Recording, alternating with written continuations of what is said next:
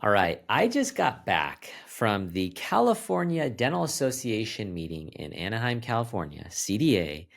I was looking it up. I'm pretty confident it is the largest dental conference on the West Coast. I think there might be some bigger ones, Boston, New York, Chicago. But as far as the West Coast goes, this is the massive dental conference. And I saw so many dentists, I saw several of my clients and a lot of professionals who serve as dentists like myself. There's one guy who I ran into. I was walking by a spot where he was speaking, Ali Oromchian, and I just caught some tidbits of what he was saying. I know Ali, I've known Ali for a while, and just caught some tidbits. I'm like, man, Ali is just chock full of so much knowledge. He probably has talked at CDA more than anyone that I know consistently for several years. This last week, he spoke 4 different times. Just a wealth of knowledge. And so I caught him in the hallways and coerced him into letting me do a quick interview with him in the hall at the CDA. So I have that recording. We're listening to that today. Hopefully you can ignore the background noise. But on the fly, I asked him to tell me of all the times he's talked to CDA, of all of his experience of being an attorney. He's an attorney for dentists. So he does all the legal stuff for dentists.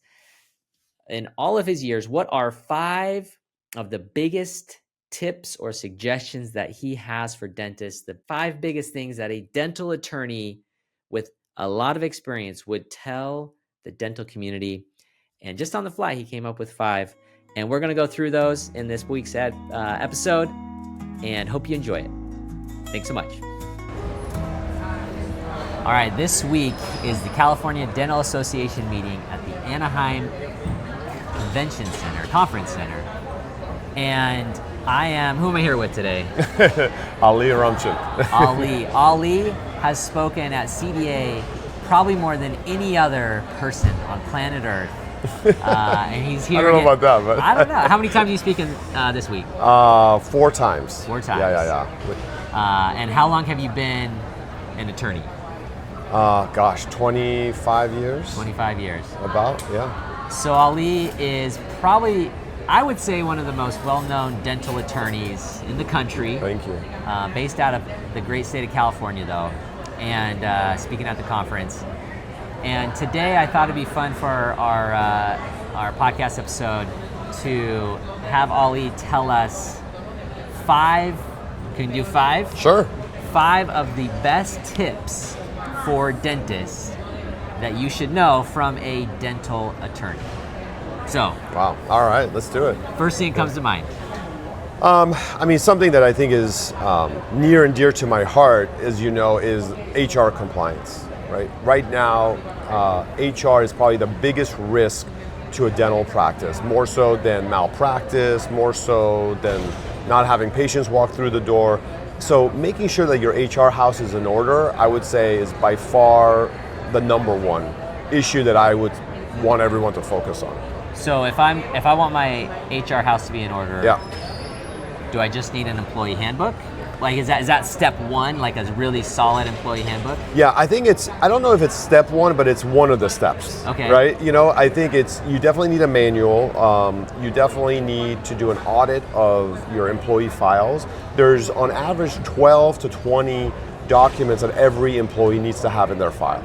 So when we talk to our doctors, and Travis, I'm sure you see the same thing, they usually have like 2 or 3 that they've gotten from their payroll company. And so which is just inadequate, right? So they would need the manual, they would need these new hire documents. There's things like arbitration agreements and IP agreements. There's just a lot of stuff there. And then making sure that they're paying them correctly, right? Whether it's overtime or they're giving them lunches and breaks at the right times of the day, like little things like that.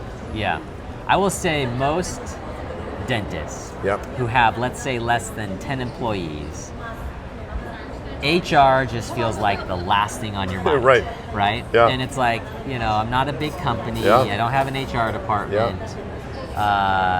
Like, I might not even have an employee handbook. Totally. But my people, they're just, they like me. Like they won't Yeah, screw they're me over. family. They're family. Yeah. I hear that all the time, by the way. But like without fail, I know I've had clients. There's always an employee out there who will abuse the system. 100%. Unfortunately. Yeah. I had an endodontist. He had 3 employees. He just bought a practice. Dinky little operation. Yeah. He would admit that. Those are his words, not mine. Yeah. And he had this one employee just rake him over the coals. Yeah. And totally took the wind out of his sails 100%. for like 2 years. Yeah. Dealing with her and suing him for. Yeah. And he's the kindest, nicest guy. Like has no bad bone in his body. Yeah. But people know how to abuse the system. But see, Travis, that's what is so painful for me to hear, because I think most of our dentists really try to do good for their patients and for their employees. And for the staff, yeah. Yeah. And so, but you can't be perfect, right? There's always going to be things that the law provides that you just don't do well, right? Because you're not an HR expert. That's where tools like HR for Health come in to replace that, to make sure that you are compliant with the rules that you just aren't going to know. I mean, we did a analysis. 90% of all HR laws apply to the Fortune 500 as they do to small businesses. So what dental practice can afford an HR, somebody with a master's in HR, or a full-time HR person even? Usually it's given to the office manager to do, right? And that's very difficult. And just like your doctor that you were just explaining, that's painful, right? They just bought a practice, they're trying to do good, and now he's probably spent $50,000, $60,000 on a settlement and lawyer fees and all of that stuff, which could have been avoided. Yeah. So. Yeah. So HR definitely number one. HR number 1. All right. Yeah. What? Give me. You might have the data on it, might not. Give me like a rough ballpark. How many dental practices will deal with a significant HR issue at some point in the dental? Like how often does this come up? I mean, we get stuff every week, because there are lawyers who actively sue dentists on behalf of those employees, and they market to them.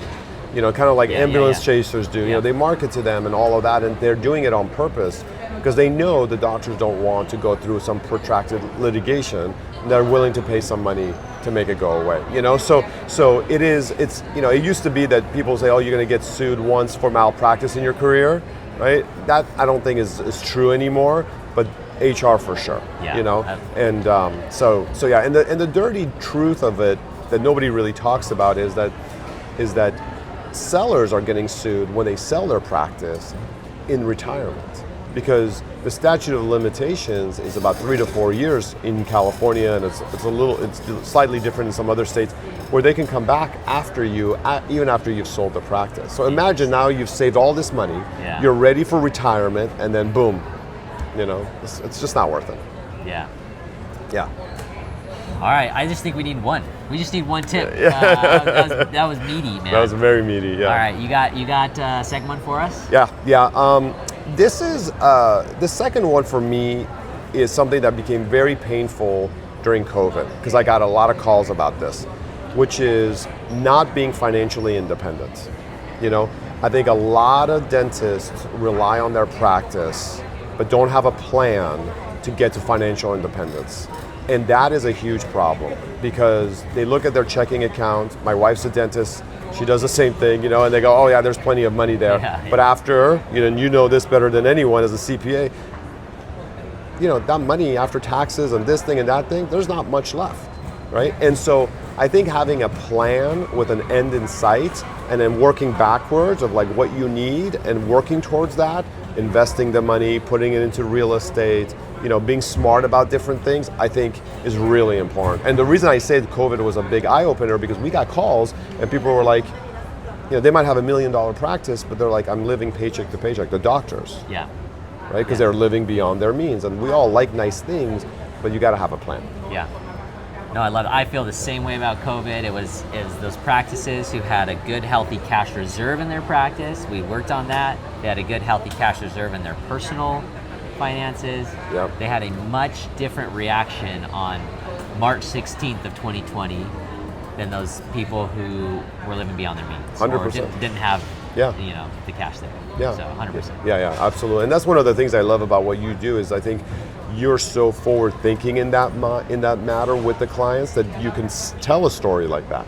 Not all CPAs did what you did, and so their clients were in those situations where they didn't have reserves and they were struggling. And if the government hadn't stepped in, yeah, I mean, it would have been a huge problem, huge problem. But because they did, all the dentists ended up with more money. That's right. So. Exactly. Okay, so number 3. Okay, so I would say number 3 is being a practice owner. So what we have seen is that to keep independent practice kind of going in dental, we need the younger dentists who are out there to really want to become practice owners. Now, of course, a lot of it has to do with financial independence, but not getting distracted with DSOs, not getting distracted with groups. Working there I think is totally okay, but not necessarily buying into those partnerships, right? Opening up your own office or starting something, or buying someone's practice and being an independent practice owner, I think is really, really valuable. And, our colleagues, in the medical field, they sold out to big hospitals and other groups. And I think to this day, they regret it, right? They regret it. And what we're seeing now is a lot of private practitioners in medicine are coming back, which is very interesting, right? Because they see that, right? Optometry is pushing back heavily against large groups. And dental is doing a great job, but we need this next generation to keep doing that. Yeah, I like that. Yeah. I think one of the things I always think about when people talk about private practice versus DSOs, and my philosophy, I think there's a space for both. I think there are some doctors who maybe will like working in a DSO long term. There's also a lot of doctors who would like having their own practice and will reap some financial rewards as a result of that. But one thing I always come back to is the patient experience. Mm-hmm. And when I talk to people, a lot of times when I tell people I'm a dental CPA, and their knowledge is just like them going to the dentist. Right. When I talk to them, oftentimes they'll tell me like, oh, it's a big corporation. I see a different dentist every time. There's like some wind that's taken out of them, right? Like patients, it's an intimate thing for people to go in their mouth. They want to know who's doing it. They want to trust that person. Yep. I think there's a consistent need from patients for a good private practice owner. Yeah. And I haven't seen that dissipate like people, the doom and gloom of DSO projectors. No, that's right. So, but I think you raised a really awesome point. There's a lot of people that do different kinds of dentistry, right? They teach, they work at clinics, they work at DSOs. What my word of caution for everyone who's listening is know what you're getting into. If you're going to go work for a DSO as an employee, and that's what you want, you don't want any ownership, stress, or responsibilities, that's cool. But don't expect, the financial windfall that you get as a business owner. You have a ceiling. Exactly. As a practice owner, that's a beautiful way of saying it. You have a ceiling. As a practice owner, you have a much higher ceiling. You really don't have a ceiling. No, not if you don't want it. Yeah, that's right. That's right. It's great, man. All right, we're on to number 4. Okay, so this is a more recent thing. I would say last 3 years we're seeing a lot more of this problem than ever before in my 20 years of doing this. Problems with trademarks, right? More and more doctors are getting sued by other doctors because they're taking their trademarks, right? Like the name? The name, the logos. So we have dentists from like the East Coast who are like, they'll send a doctor, one of our other dentists in California, a letter through a law firm basically saying, you've stolen my trademark, right? And we look, and lo and behold, it's pretty similar, and there might be like a slight change. So what we have found is that a lot of dentists are going to marketing companies that are online, right? Or they're foreign based. And what these companies are doing is, for the very cheap price, they're basically going out and seeing what's available and kind of taking that and kind of regurgitating it back. Interesting. Yeah, but it's only slightly different. They're not putting much effort in, right? And so like when you see those... Are you saying it's a similar like logo Logo, or a similar name? both. Or both? Both. It can be both. We've seen both. What if it's just a similar name? Then, depending on the name, if it's like a generic name like Anaheim Family Dental, that's okay, Yeah. right? Because that's so generic, it can't even be trademarked anymore. But if it's something really unique, right, then that is trademarkable. And so we do see people doing that, right? Where they are, it's like a different name, maybe it's a different way of, spelling tooth or, or whatever, right? Yeah. And so then based on that, we're just seeing copycats. Now logos is much more problematic because it's hard to know, is this logo being used by someone else? But what I always say is, if you're paying someone $79 for a logo, it's probably not the most creative thing that they're creating. So what I would say is, if you have a cool logo, you have a cool name, just trademark it. We can do it for you. It's very easy. It takes a long time, but we do all of that, at no extra cost. But it just goes back to the date you file, which is really important. Because if you file it, then you've got that protection. Yeah. It's earmarked at the date it's filed. Exactly. Yeah. So trademarking for sure. Interesting. I could see the name thing being an issue because you form your entity at your state level, right? So you could have a coastal dental in California and you coastal dental in Florida, right? Exactly. And then the state has no problem with it. That's right. But on a national level, like, that could create some confusion. Exactly. And so that's why the whole trademark process even exists, probably, right? Exactly. That's exactly right. That's exactly right. Yeah. So yeah, that's an interesting one. Yeah. Okay. All right. Number 5, I would say, is estate planning. Right. Okay. You have a big family. I have a big family. Most of our clients, they own their practices. At some point, they own real estate, but they don't put it all in a living trust. I don't think you need anything crazy. You don't need to go to Cayman Islands. You don't need to do, register your car in Montana. Like, you don't need to do all that crazy stuff. You just need a living trust in your state, and just put all your assets in there and make sure you're protected. And that way, if God forbid something happens to you, things can get passed on to your beneficiaries without extra stress, and the government comes in and they take a big piece if you don't have it in a trust, and so I would say that is probably the one thing that I wish more people did. Interesting. Yeah. I was one person who put off my will and trust for a long time because I thought it was going to be so complicated. Right.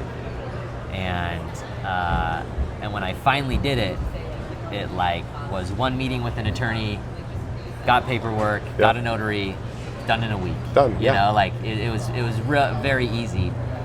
Have you come across? How do you feel about asset protection trusts? I know Nevada and I think South Dakota have asset protection trusts. Have you ever dealt with those? We have.